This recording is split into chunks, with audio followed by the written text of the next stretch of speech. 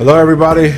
Welcome back to In Touch with the Miller Boys, your weekly show where we discuss all things impacting the African American community of the city of Fresno and the larger valley.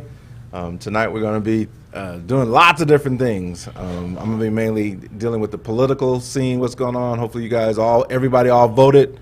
The polls are just now closing now here in California, but they've been closing sporadically since 4 o'clock this afternoon, and we've been getting some results, and I'll share that information.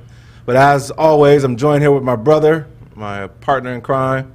No crime. Yeah, we all got crimes in our background. No, we don't have any I went to a panel today.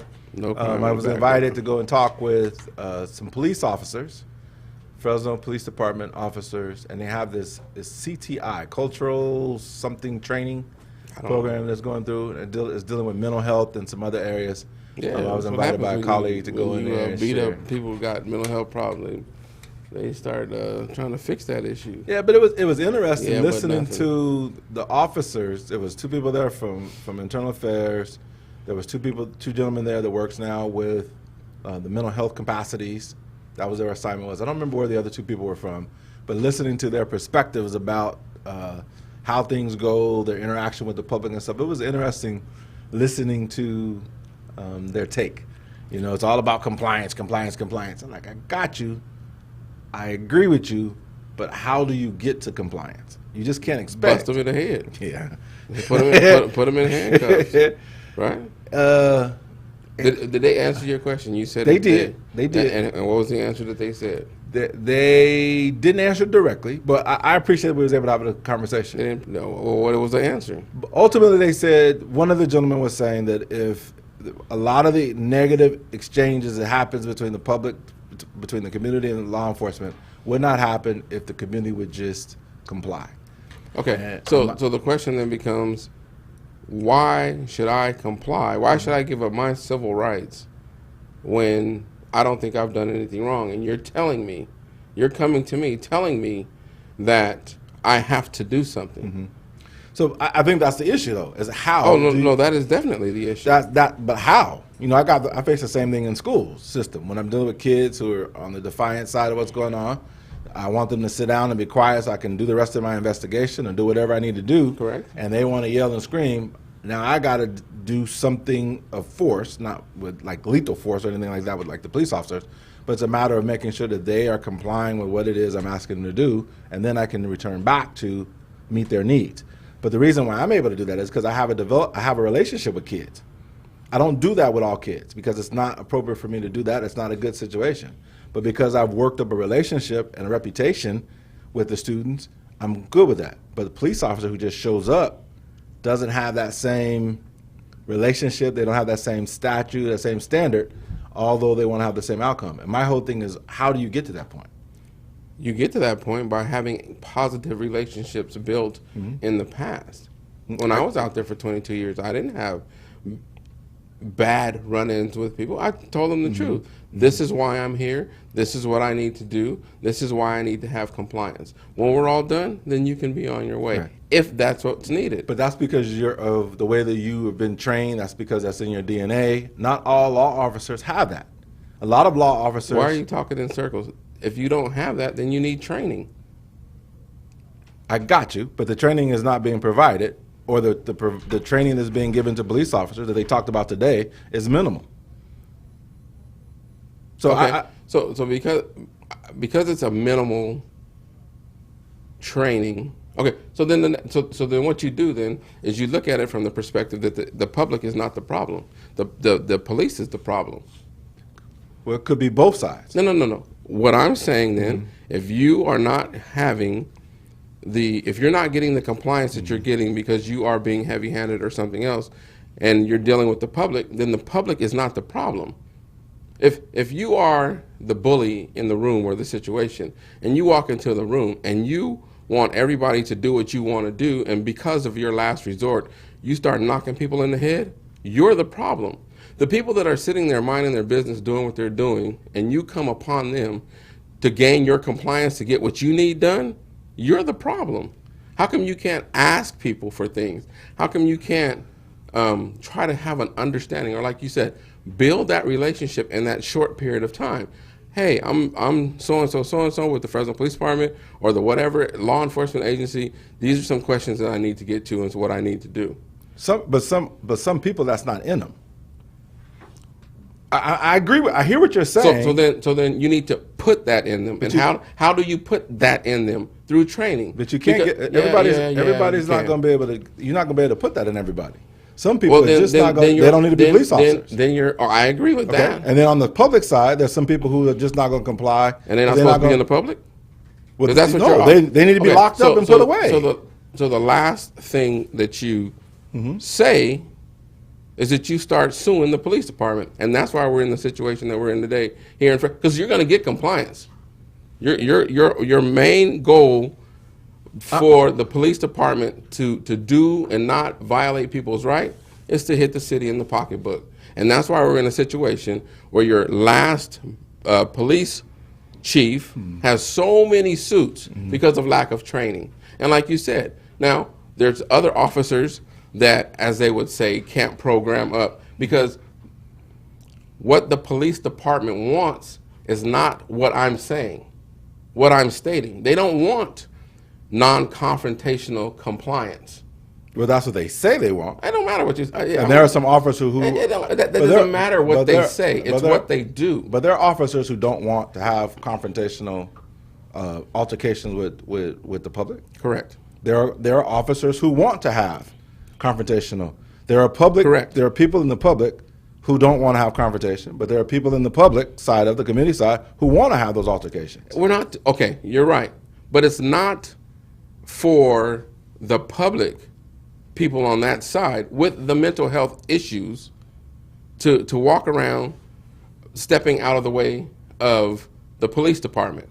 On the other side of the ledger, it's the police department's job to deal with the people that can't control themselves. True. Agree. So that doesn't equate. It's not on the public. It is. The public is not absolved of all the responsibilities in those. Why do you keep going to extremes? I'm not all going the public and they're not absolved. I'm not going to the extreme. Okay, I'm just responding to. So here's a question. Here's a question. Not all the public. You're right. But what about the one person who is intoxicated and you pull him over? You deal with them as an intoxicated person in the public. Well, I don't know. I can't tell you because I don't know what the circumstances are. What do you do with the child that comes to school that is intoxicated?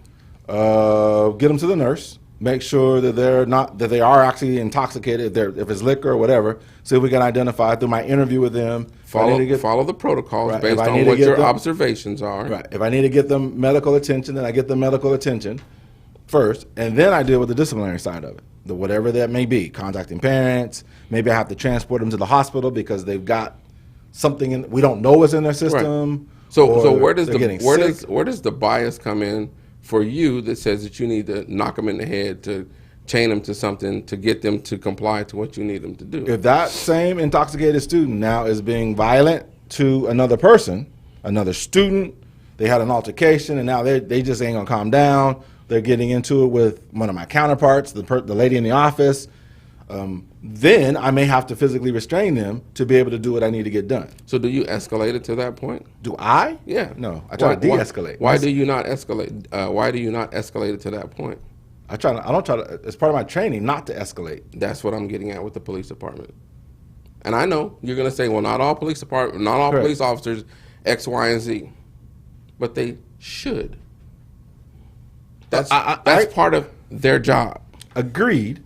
But we know that they don't. But it doesn't matter what they do or what they don't. We're talking about the ones that don't understand or don't know. And why do they not know? Because it's a lack of training. Or it's not in them. If you got a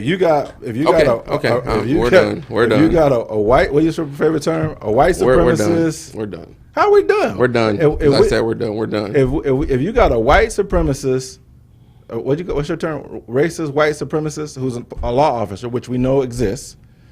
It's not going to be in them to take on that type of de-escalating strategy with the public, in particular when they come in. So is that what your conference was about today, and that's what your conference said, or did your conference say that law enforcement officers should have the ability to do?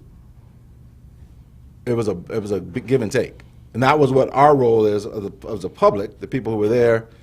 2 clinicians, 1 person out of Fresno Unified, myself. I don't know where that other lady. Oh, the other lady was a nurse. She was something in the medical field. We were on the other side of the ledger, and we were having a conversation.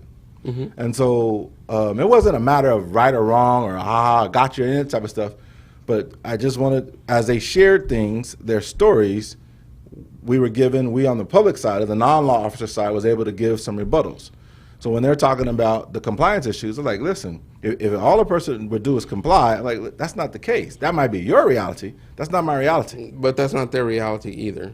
So they knock you in the head and say that you're not. Do you know that when Rodney King was taken into custody, every time they hit him, he would jump because of the pain that was involved with the pain compliance methodology and mechanisms that they were using, hitting him with a steel bar. And when he would move, they would say, stop moving.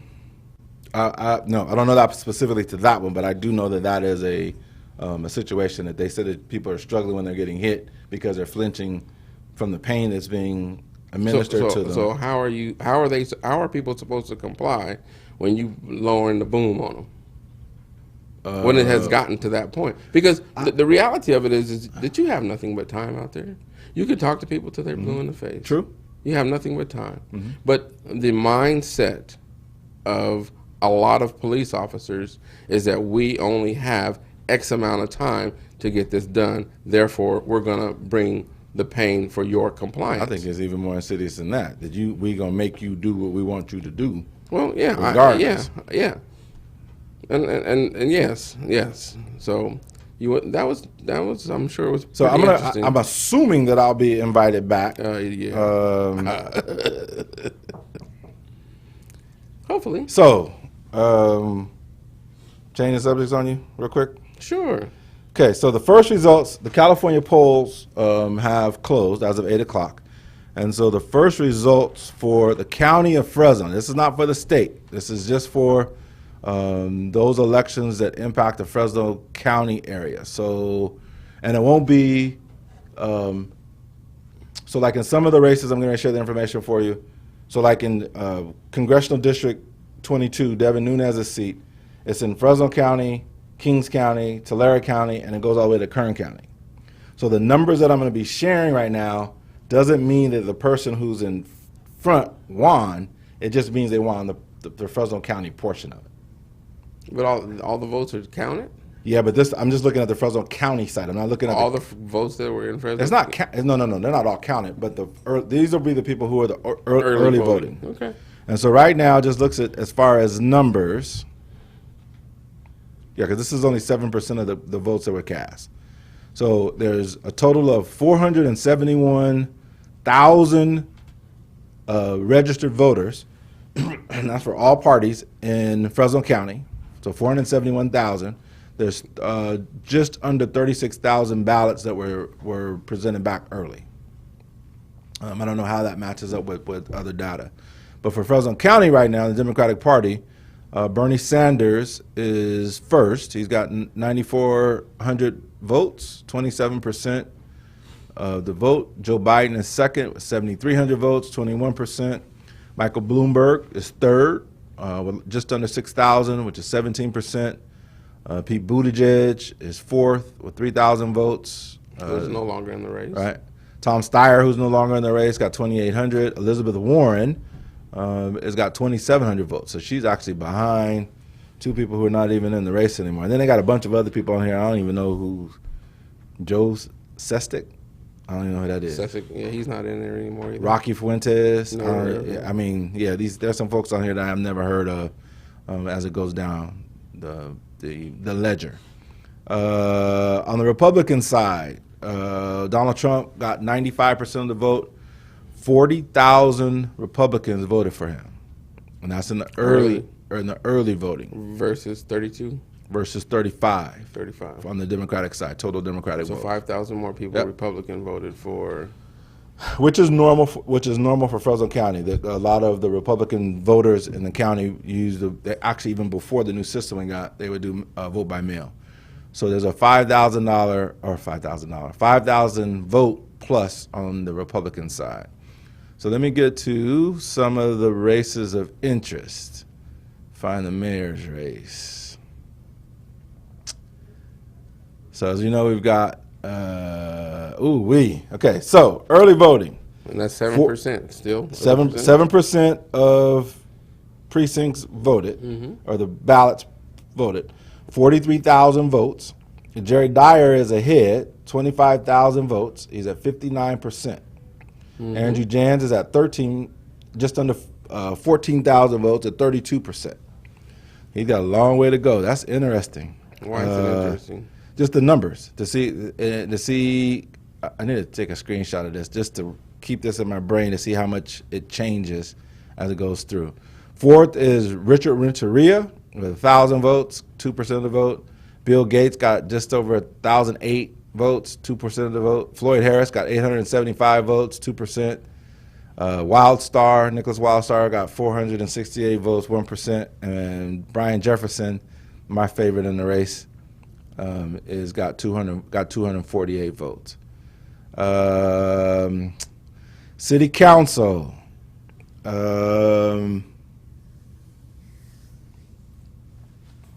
City Council, there's 34,000 possible votes, 5,000 votes in. Tyler Maxwell is ahead right now. This is City Council Area 4. He's got 2581 for 53, just 54%. Nathan Alonso's got 2,200, so it's about almost 400 vote difference. He's at 46%. 6 was uncontested. Prop 13 for Fresno County overwhelmingly did not pass. 54,000, 62% of the people who cast votes in Fresno County voted against Proposition 13. I'll go to the state site to take a look at that one before we get off. Clovis Unified, looks like their bond is not going to pass. It's a no. Central's bond looks like it's not going to pass. It's a no. Well, actually, that one's real close. Where's Fresno Unified? Washington Unified is real close, but it's a no right now. Fresno Unified is the only one that's a yes right now. 54% of the people who cast votes for it voted yes for that one. Let me be selfish for a second, see how I did in my Democratic Central Committee race. There's 2, there's 3. I'm in 5th place. So right now I'm in 5th place, 3. So Nelson Esparza got the most at 2460. Annalise Paria's got 2,095. Jill Cisneros has got 1,500. Pat Brown has got 1,287. I've got 941. John Bignon, not sure who that is, 912. And then it follows behind that, 11,000 votes. I got 8% of the vote. So I'm 300 votes, 250 votes. 350 votes behind 4th place. Interesting. Everese. Interesting. So it looks like there's going to be some major changes with the Democratic Central Committee here in the Fresno area. So anyway, that's how things are going on in the county. I know you don't keep up with those numbers at all. Not at all. But anything you're curious about? Well, tell people what actually it is that you were running for and why you were running for it, and what did you expect to... Well, the Democratic Central Committee. So what that is it's the Fresno County's Democratic Party. There's 24, I believe, positions that are on there, and they basically set the tone for, or the direction for the Democratic Party, and the people that are in this in the Fresno area. I'm going to sneeze. Excuse me. Excuse me. Well, it is flu and allergy season, so yeah. That's kind of why I sound the way I sound. So they set the tone. Yeah. So they'll vet candidates. People on the Democratic side who want to run for particular offices will vet Were candidates. you on this committee before or no? I've been on it before. Yeah, I won before. Moved, had to get off. Won another seat in a different area. Right now, I serve as an alternate on that in District 3, and so It's good. I mean, I've been working with the committee now since 2010, so I'm sure that I'll continue to work with that. Okay, so the early statewide count is it still Fresno County?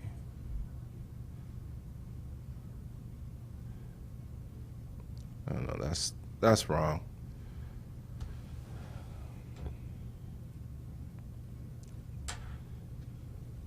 Trying to get to the Secretary of State. That's what it is. So, as a staunch Democrat here, Mm-hmm. how do you feel about sitting in the bird's nest of the Republicans? It's not comfortable. It's not comfortable for me because the conservative side of the ledger is not the majority of the people that's in this area. The majority of the people, the registered voters, the majority of the people that I work with on a regular basis, majority of the kids I work with are not of the conservative background. And so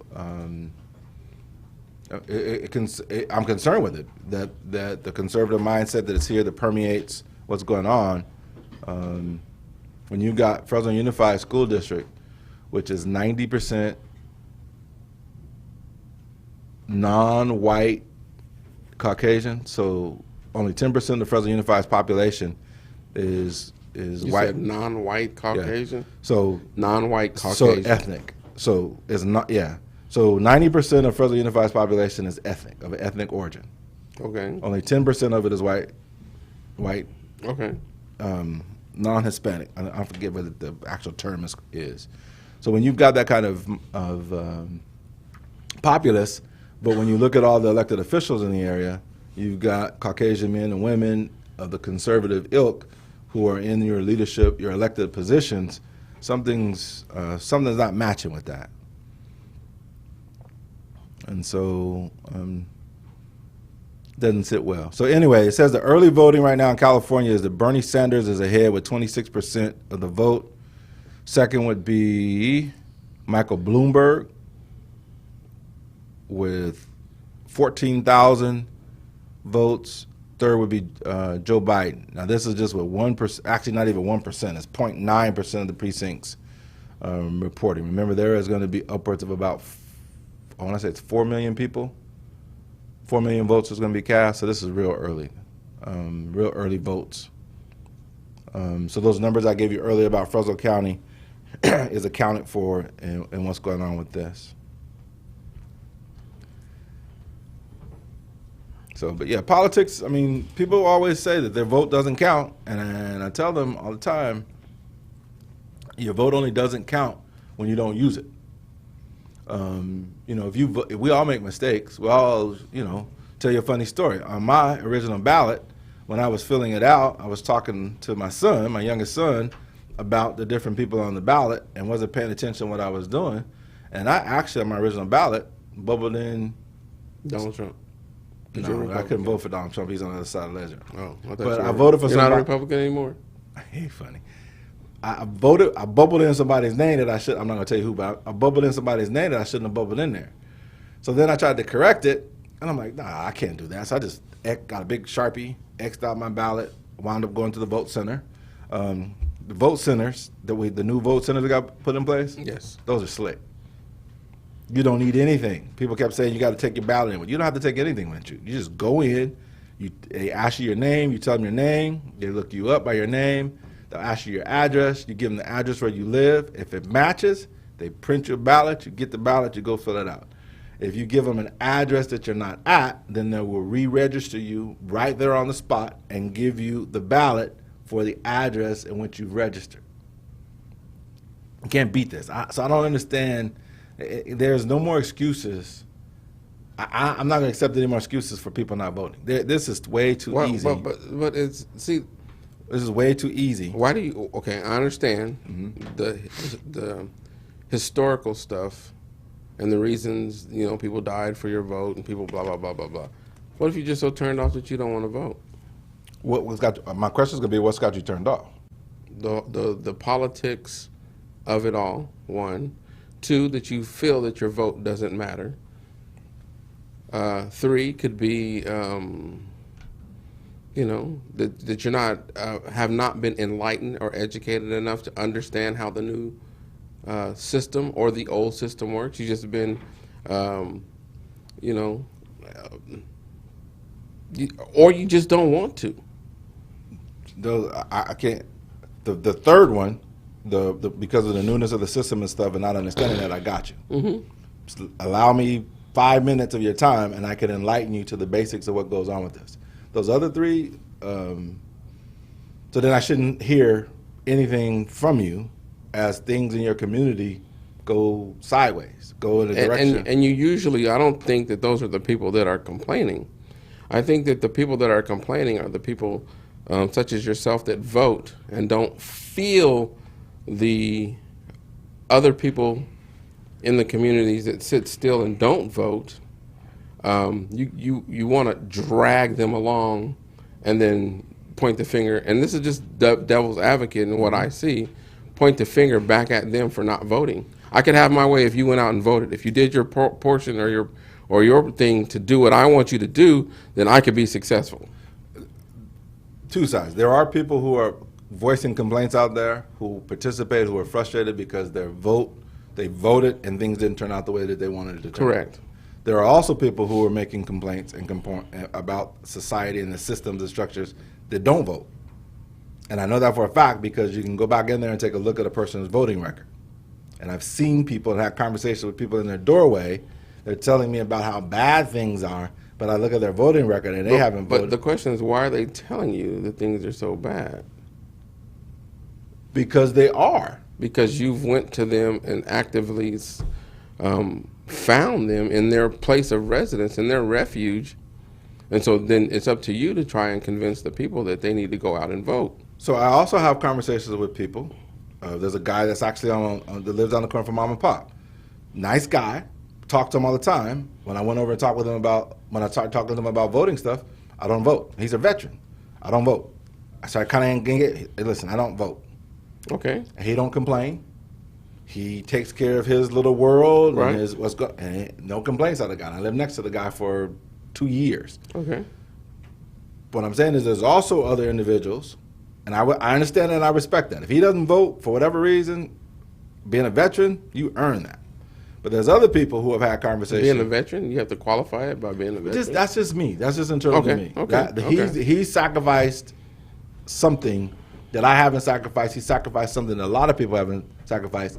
I guess that's the wrong term. Not necessarily earning it, but at least he has a different perspective.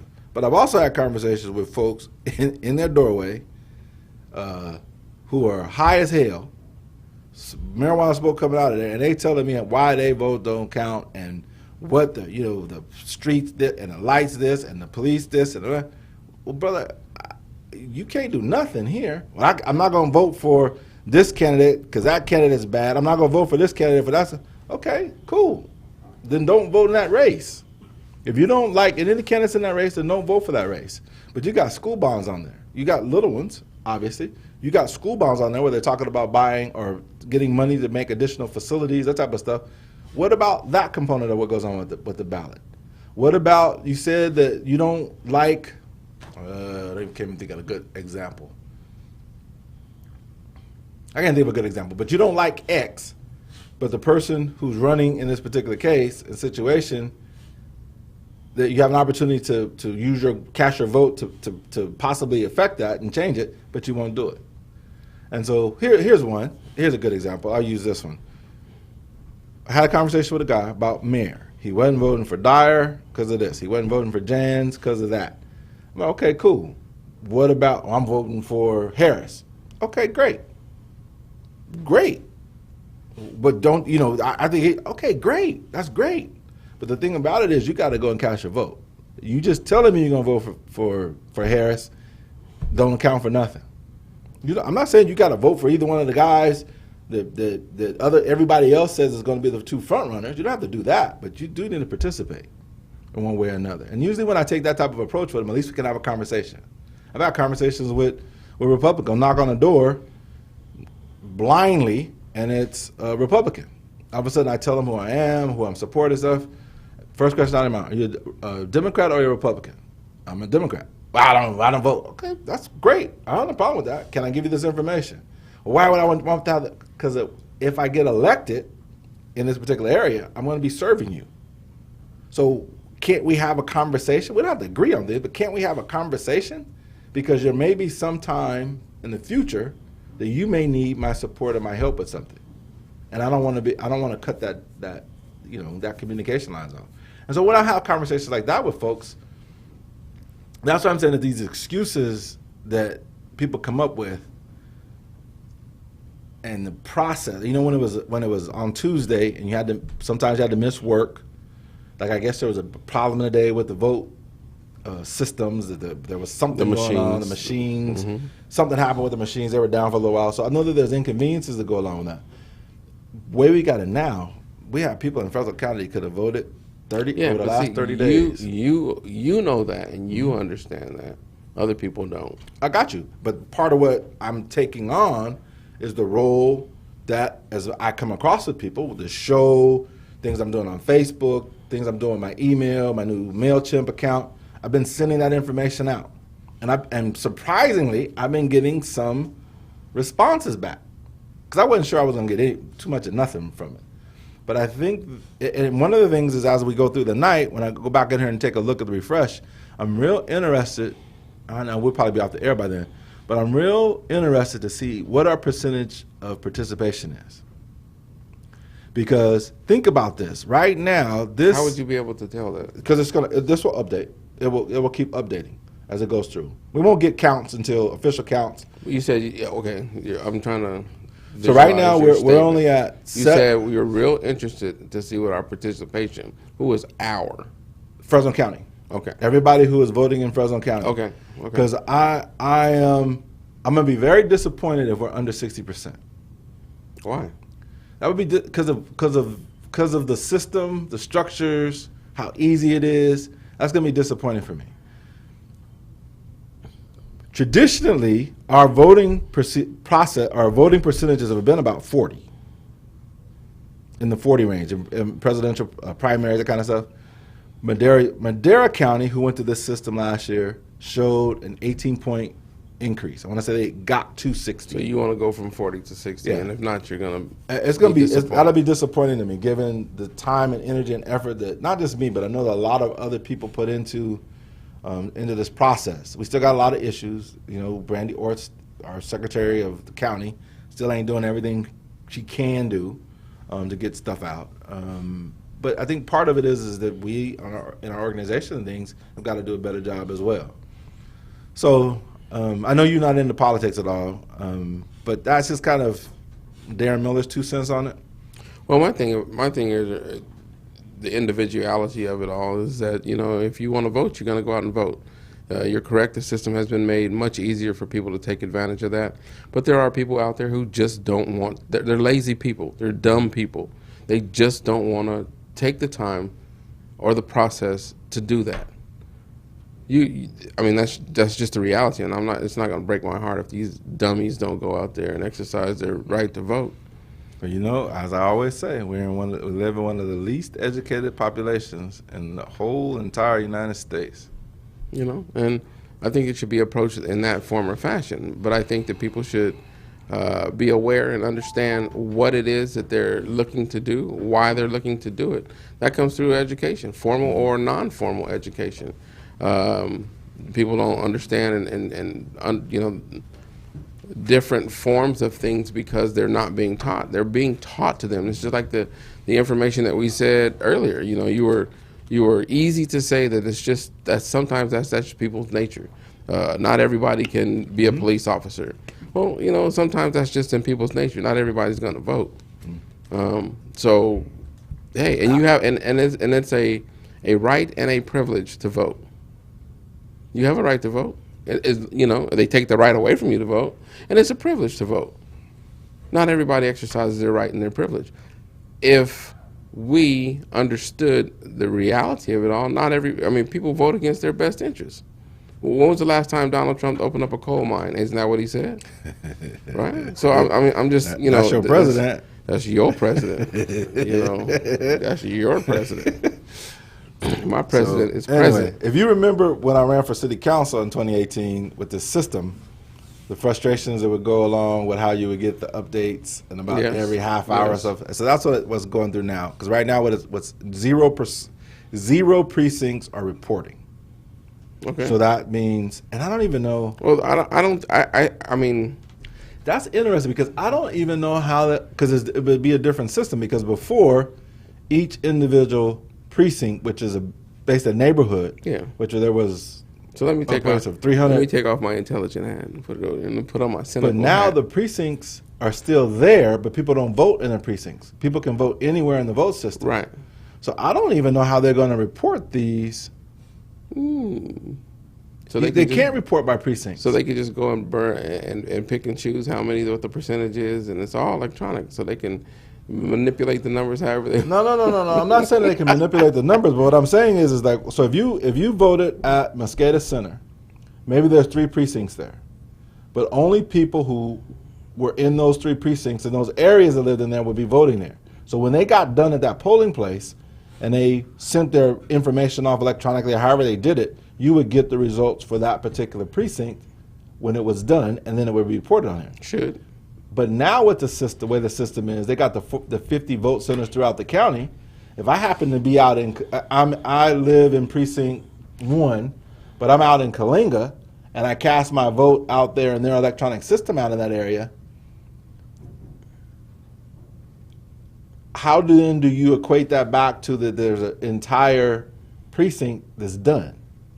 I know I'm sorry, that didn't make sense, but I know what I'm trying to say in my brain. It's going to be interesting to see how this reports back, because they cannot use the old precinct system because the precinct system doesn't work. Yeah. So Interesting. I should. So it's a I total. hadn't thought about that. So till it now. would be a total number of votes.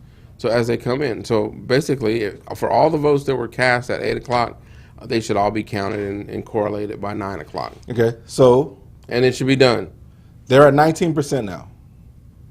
So the number of votes in Fresno County, number of registered voters that they sent ballots out to is 471,249. They received in that first summary 91,230 ballots, which was 19% of they received back 19% of the ballots that they sent out. So yeah, we're gonna be fine. We're gonna be. Well, I know I'm talking communitively here, but this is gonna get up to about 60% because there's gonna be a lot of differences in these totals that I just read to you early based on that number. But I was trying to equate the votes in the old system, and it doesn't match up very nicely. But they said it's going to take a couple of days. She's got 30 days. Brandy Orth, the secretary of the county, has 30 days to certify the election. To manipulate it how she wants it to come out. However, Gerald Miller said that, not Darren Miller. Yeah, Gerald Miller said it. However, people sent their money by check, and if it cashes, they got 30 days to cash the check. Because remember, there's people who got their ballots, and they're overseas right now. They're in Afghanistan and all the other kind of stuff. And as long as their ballot is postmarked by today, they have, it might come in 5, 6, 7, 8 days later. There's not a lot of people that do that, but there are people who live abroad that vote still in Fresno County. I wonder if she certified the checks before they. Okay. What today. checks? The checks that people send in to make sure that they the numbers are held or allowed to go through. You talking about bribery? No, I ain't talking about. I'm just talking checks in general. Yeah. Okay. All right, checks. Anyhow, so one of the other things that I wanted to talk about is one of the other projects I'm working on right now. It's two projects, but one of them I want to talk about is how you and I now have set up, and we're back on the air. Now with thanks to the Supermax International to be able to have our conversation an hour per week. I'm also working with a group of writers, and we're going to start putting together articles, Afrocentric articles, and be placing them in the Community Alliance. And there's going to be a team of us, 5 or 6 of us, who are going to be picking up the mantle. I'm going to be writing on some political things, maybe. I'm going to be writing on educational things for sure.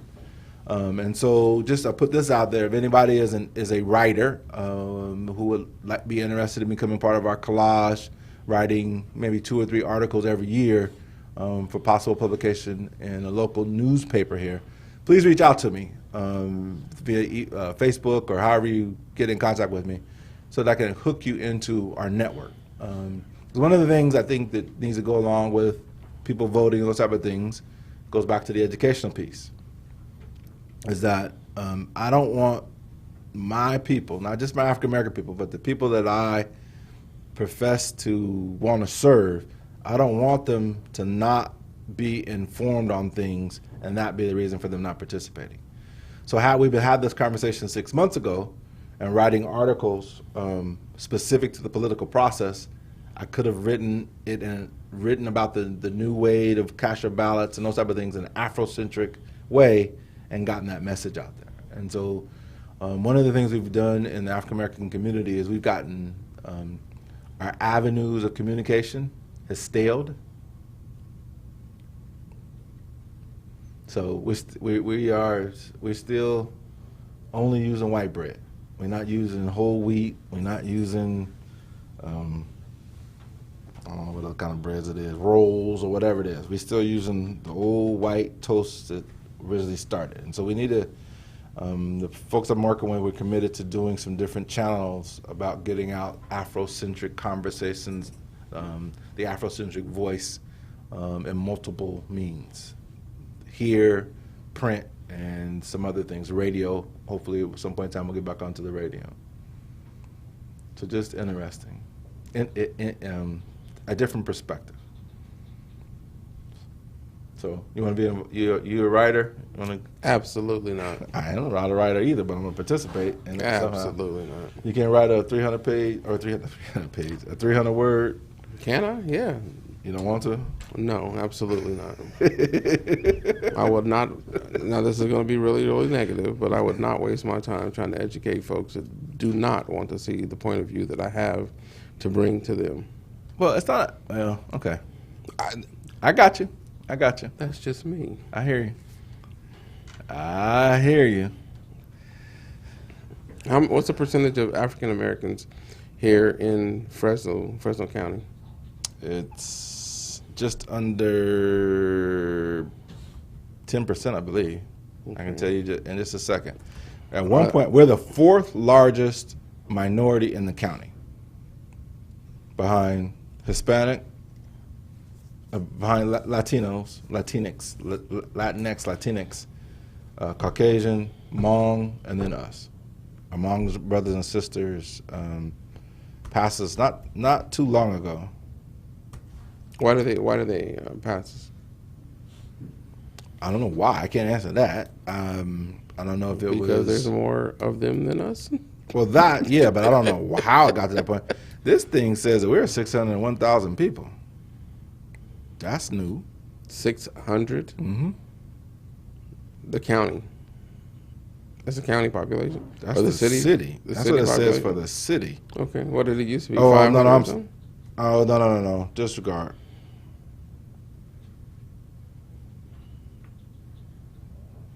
No. 601,000. And this is an estimation. It says 2018. I don't know how to look up the U.S. Census Bureau, but they're projecting us. They're projecting us after this next census to be somewhere around. Who's us?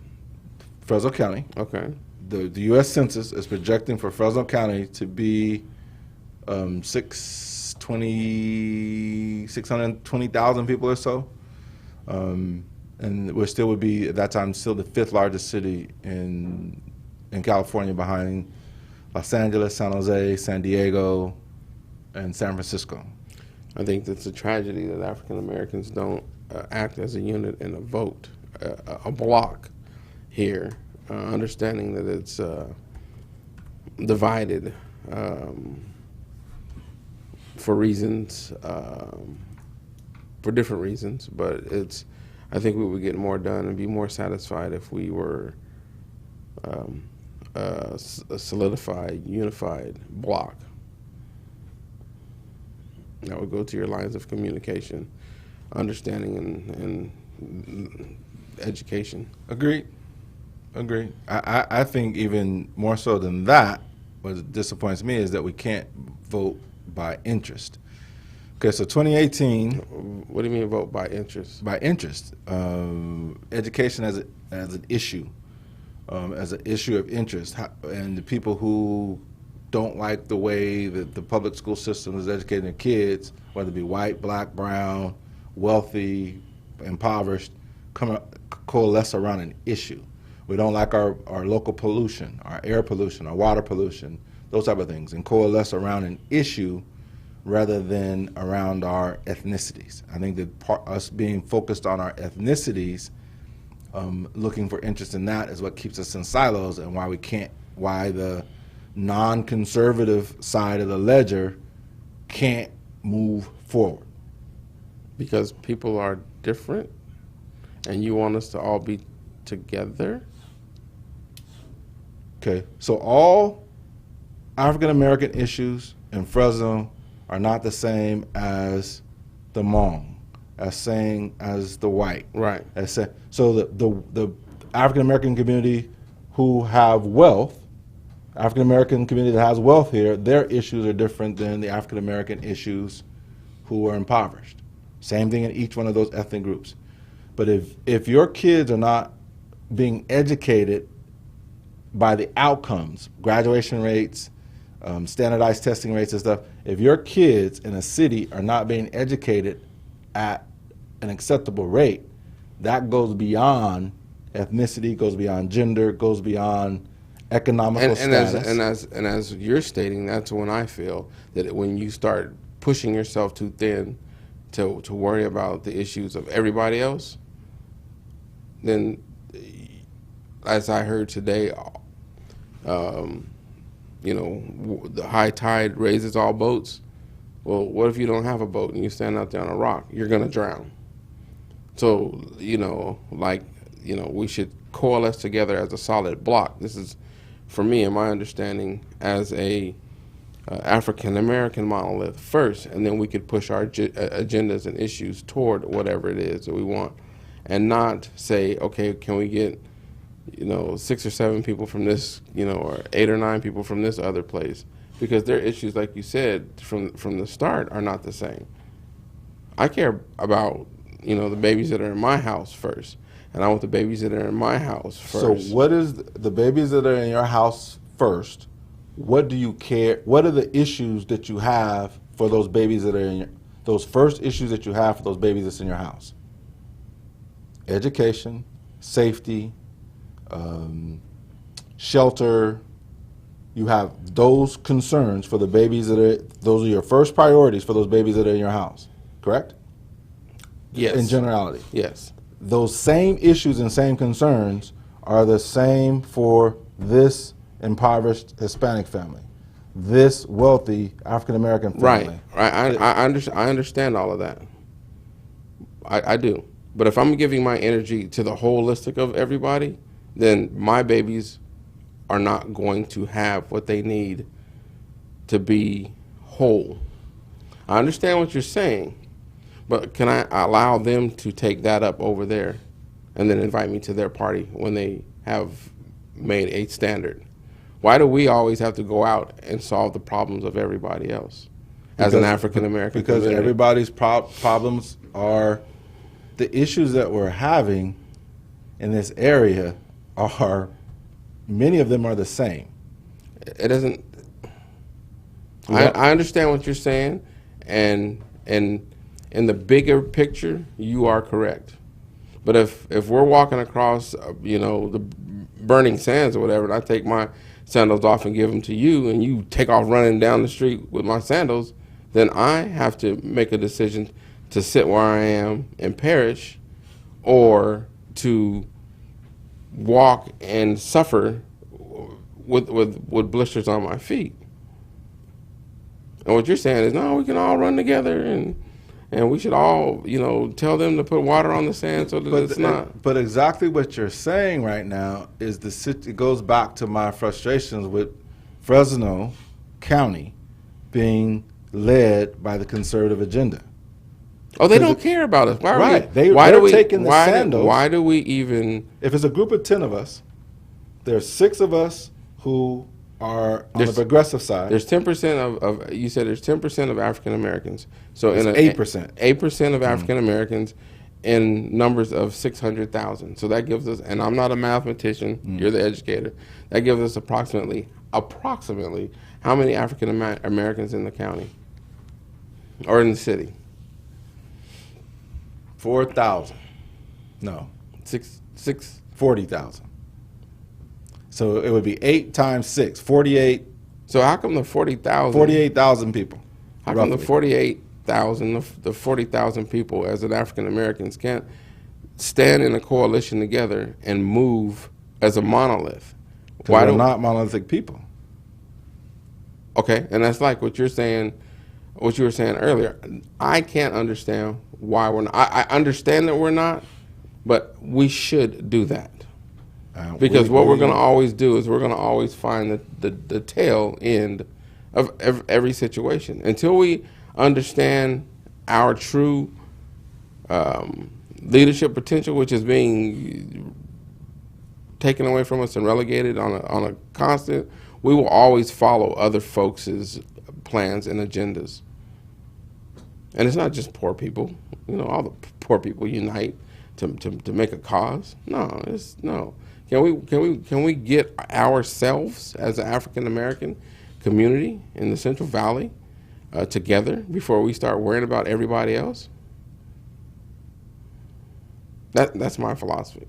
That's my understanding. I got you. Where we are now, that's not happening.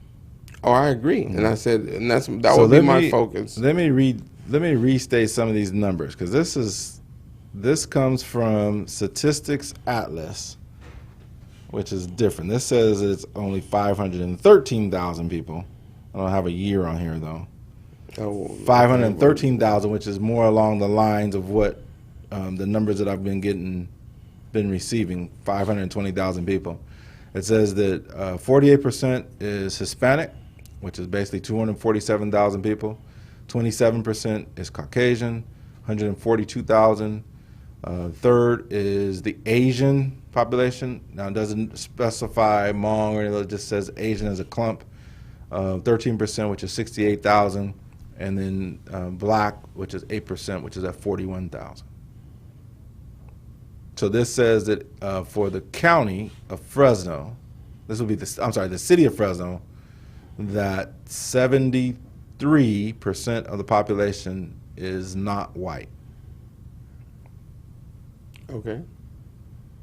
I thought we pushed on past that conversation. I'm just sharing you the numbers because I got a chance to look them up.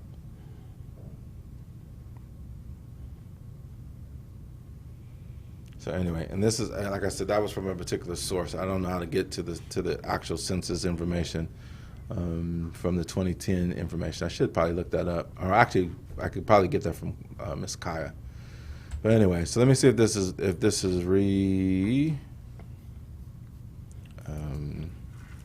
there's been another posting in the hour since we've been here before we get off the air. No, it's still at 19%. So though anybody who wants to go in and take a look, Google tonight, looking for the election results, you go to co.fresno.ca.us. If you type that in there, it'll take you to the website, and then all you have to do is go to results of the March 3rd, 2020 presidential primary election. Remember, when you go to that particular site, that is only the results for Fresno County. If you want the results for California, then you're going to go to election results with an s.sos.ca.gov.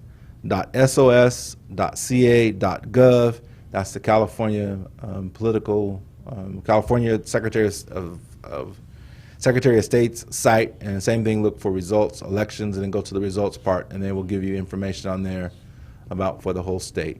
If you're interested in some other county, just go to their county website. Madera County elections, Kings County elections, Kearns County elections, whatever county it is, elections, and type that in there, and they should take you to those individual sites and information. So we've got a couple more minutes before we'll be signing out. Tomorrow the dust will settle. Earlier, Joe Biden looked like Joe Biden had a pretty successful evening on the Democratic side of the ledger. He won a bunch of states, being able to collect the delegates going forth. He had won. There's 14 of 15 states that was today made up Super Tuesday. 1, 2, 3, 4, 5, 6, 7. Biden had won 7 of those states. Sanders had won 3 of those states. And then Bloomberg had won America Samoa, which also had election day. It was only like a couple hundred people that voted in that, but he won that one. And then a couple of the other big ones that were still being contested was Texas, which it's got the second largest delegate count. They were still kind of monkeying around with that. Biden was ahead early, then Sanders went ahead late. Bloomberg was also in the 20 percentile, so it looks like he's in the mix as well. So it's going to be interesting to see what happens with Tulsi Gabbard, whether or not she continues on, whether or not Elizabeth Warren, who didn't do very well. She didn't even do well in Massachusetts, which is her home state. And so be interesting to see what happens with her tomorrow or the rest of this week before they get into the next primary election to see if she'll stay in or not. So anything burning you want to get off your chest before we Oh no! get out of here? Shout out to law enforcement. It's a hard, rough job, and I understand. I'll say my accomplishments in 22 years. I didn't have to shoot anybody, and I didn't deliver any babies. Everything else in between, I did. So I know exactly how hard the job is. I know how hard it is to communicate with the public, not seeing how things are on everybody's from their own perspective and things. I understand. It's a hard job. You have my hats off to you. I'm glad to be alive, glad to be a year older. Enjoyed my weekend. We'll just see how it all shakes out tomorrow, the politics of it all. So before we get off here, we got some I wasn't keeping up with Facebook, but Ruben Gonzalez, our homeboy we grew up with, he's still making comments on here. You want to know who we voted for? I voted for Elizabeth Warren, and then Democrat everywhere that I could. Gerald, I don't know if you want to share. No, I'm not going to tell you who I voted for. Okay. So, Ruben, that's your answer. And by the way, those of you who are out there, as we're going through... And the reason I'm not going to tell you is because all the Democratic nominees are scarred as it comes to dealing with the African American community. They all have their scars. Well, I have to say this. Hey, a bunch of people joined in tonight. I apologize for not keeping up with this, but I see your names on there. Please be reminded that every Tuesday evening from 8 until 9 o'clock, we will be here. Those of you who would like to provide content or have a question for us, please don't hesitate to hit us up on our Facebook page on here, and then we can respond to it the following week. I'll try to do a better job of keeping up with the people who tuned in. But thank you all. Quite a few people. Send questions. Don't send us anything about religion or who we voted for. But I appreciate that, Ruben. I've known you forever and a day. Consider you a brother. But we can discuss most social issues. Yeah, I appreciate the time. Appreciate you tuning in. Thank you. I mean, we've got people on here that are not even local. Of course not. But remember, this is worldwide. This is a big difference from where we were last week. And so, hey, Tria, how are you? Good to see you. We'll look forward to seeing all of you guys next week. Same place, same time, God willing. You've been watching In Touch with the Miller Boys on Thursday evening. We look forward to seeing you next week. Love, peace, and hair grease.